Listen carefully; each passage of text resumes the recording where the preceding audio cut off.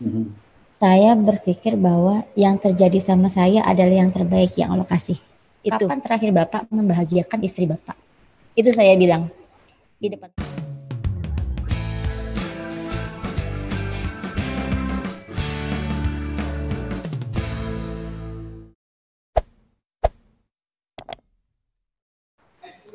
Jadi saya kurang lebih di RSCM sudah 24 tahun. Baru 24 tahun sih. Perawat sebagai operator EEG dan PSG. Jadi PSG itu polisomnografi, Pak. Mhm. Polisomnografi itu kita menilai tingkat kedalaman tidur. Saat itu kondisi saya dalam keadaan yang mungkin zero ya. Benar-benar maksudnya zero itu benar-benar hidup segan mati tak mau. Saya terdiagnosa suatu penyakit yang kata orang nggak bisa sembuh dan saya harus minum obat yang harus seumur hidup dan bikin saya seperti kalau saya bilang kayak mayat hidup, benar-benar hidup segan mati tak mau saat itu. Jadi ngerasa bisa ngapa-ngapain tapi nggak boleh ngapa-ngapain dan ternyata nggak bisa ngapa-ngapain. Apalagi dijebretin obat yang namanya steroid dengan dosis tinggi itu yang bikin saya jadi benar-benar kayak mayat hidup rasanya. Aduh, saya mau apa, saya mau gimana, tapi saya nggak bisa gitu, kayak gitu. Dan Oke. itu selama 3 tahun. Karena saat itu gini Pak, saya lagi seneng-senengnya senam, wah, lagi seneng-senengnya Mhm. nari, hobinya nari.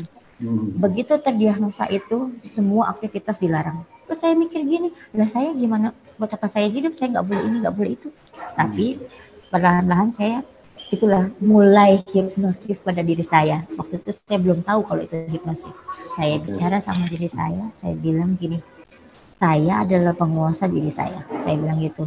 Kalau saya bilang saya sehat, saya akan buktikan saya sehat. Gitu. Obat sama dari dokter memang harus saya minum dulu saat itu. Tapi lama-lama kok saya ngerasa lebih enak karena setiap pagi sebelum atau enggak gini, terutama mau tidur, saya bilang gini, saya mau tidur malam ini yang enak. Saya besok pagi saya akan sehat. Saya mau kerja, saya mau aktivitas, saya pengen sehat lagi.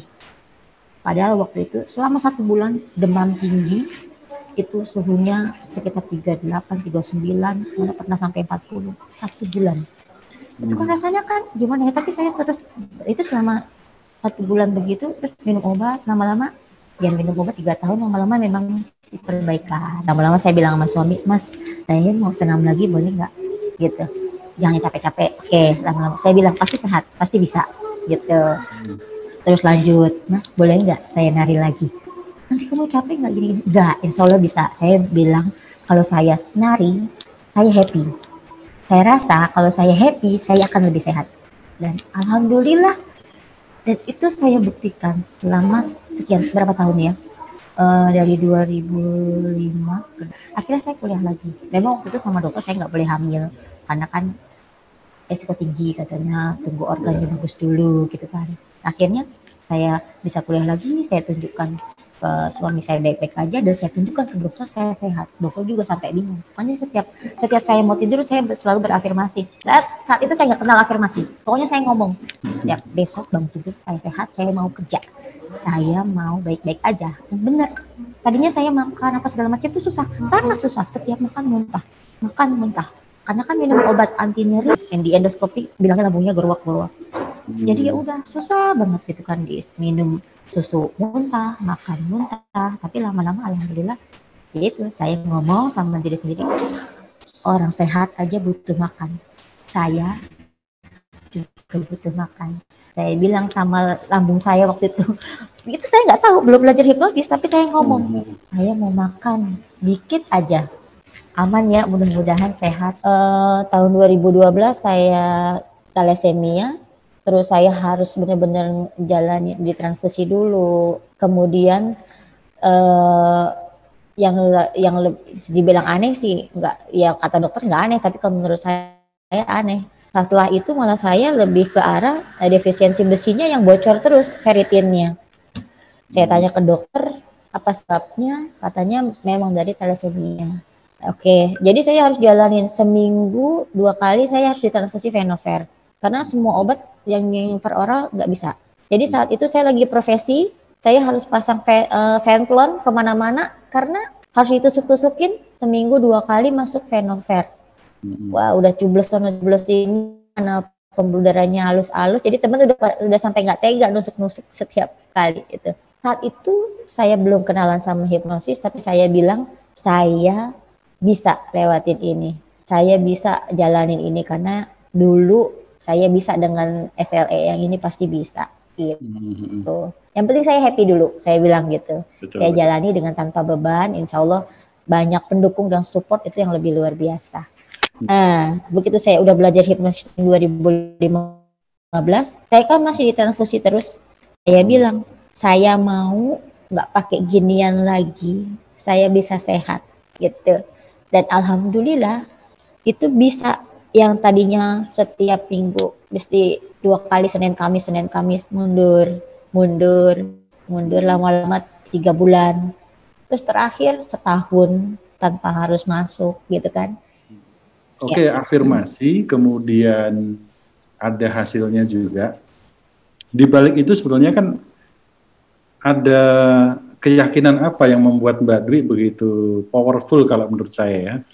Bisa, karena begini, banyak orang juga saya yakin melakukan hal yang sama, artinya mengatakan aku bisa, aku sehat, aku akan begini dan begitu.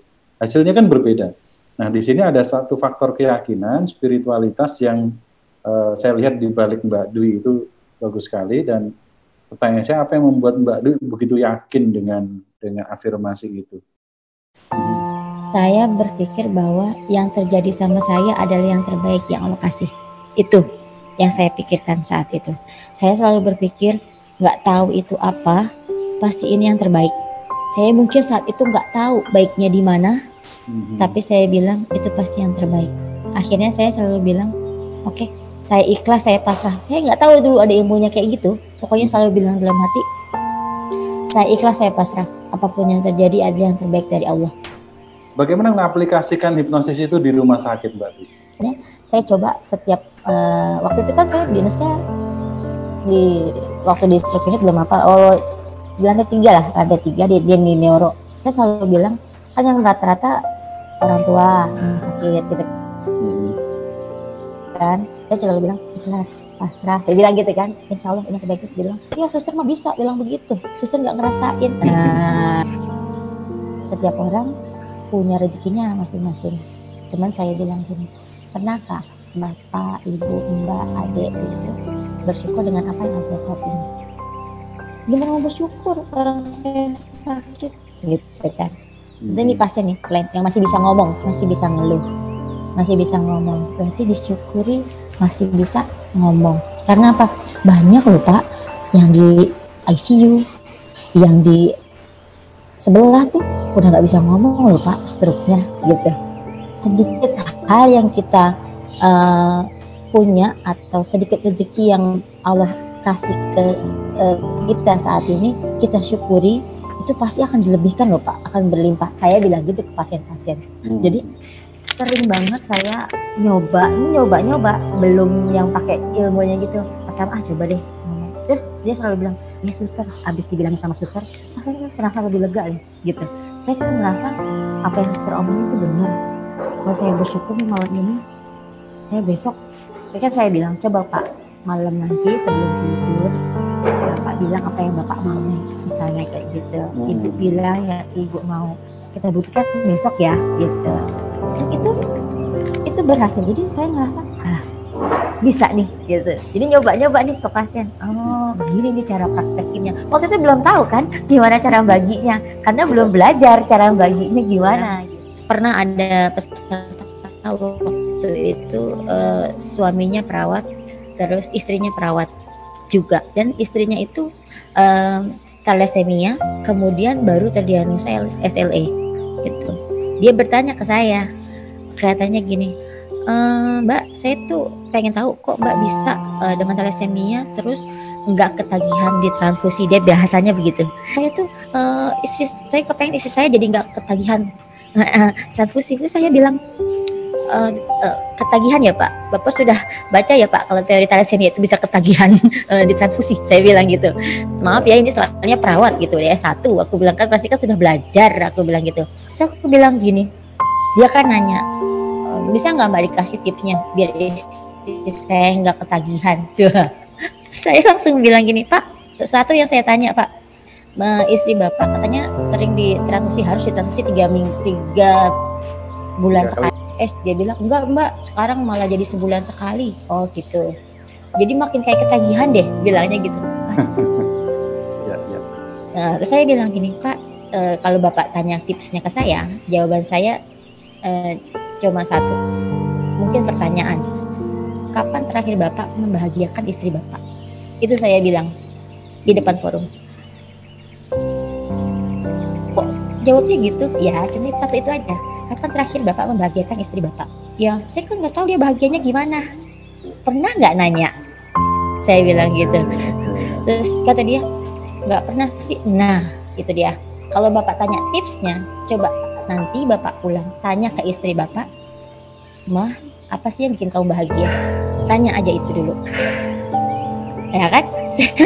Wah itu mak jelek sekali itu. Ya, saya cuma bilang gitu. Karena karena saya bilang tips saya adalah saya bahagia, dan yang saya bisa bikin bahagia support dari suami itu yang luar biasa. Kalau Bapak bilang istri Bapak ketagihan, terus Bapak bilang capek nganterin istrinya ke rumah sakit, gimana istri Bapak yang ngalamin, yang harus ditusuk dan harus jalanin. Jadi saya cuma minta sama Bapak, tanyakan kapan dia bahagia dan bagaimana tepatnya dia bahagia.